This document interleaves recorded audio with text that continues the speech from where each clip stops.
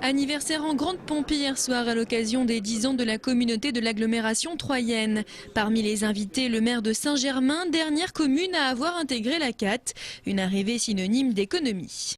Dans l'agglomération, c'est que déjà les bus viennent jusqu'à Saint-Germain. Nous avons bénéficié des services de la CAT, comme par exemple la déchetterie.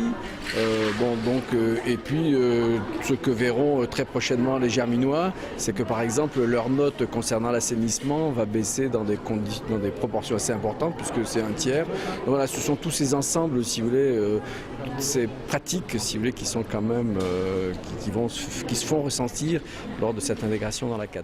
Autre apport de la CAT, le développement de l'enseignement supérieur. En l'espace de 13 ans, le nombre d'étudiants est passé de 4 500 à 8 800 aujourd'hui et les 10 000 devraient être atteints dans 2 ans. Ce qui fait de Troyes évidemment le deuxième pôle étudiant de la région, mais ce qui fait de Troyes la 40e ville sur les 150 universitaires en France. C'est-à-dire qu'on est au-dessus de villes plus importantes en termes de population par rapport au nombre d'étudiants sur son territoire. Et évidemment, c'est très précieux pour les familles, mais c'est très important pour le milieu économique, qui va trouver dans ces jeunes formés chez nous la possibilité d'avoir des collaborateurs, des formateurs, des créateurs d'entreprises. C'est ça le pari de la reconversion économique et de la réindustrialisation.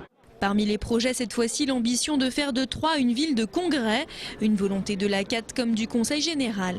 Et quand les gens sont enthousiasmés par ce qu'ils ont vu, que ce soit dans la ville ou en dehors de la ville, ils en parlent. Et le rayonnement de Troyes, il dépend de cette capacité à faire porter la parole. Plus on fera venir de gens de l'extérieur pour passer quelques jours chez nous, plus on aura de rayonnement et plus il y aura de retombées économiques. Je rappelle que quand on a un congrès, ça veut dire de l'hébergement, ça veut dire de la restauration, ça veut dire des gens qui font des courses dans la ville et donc fatalement des retombées.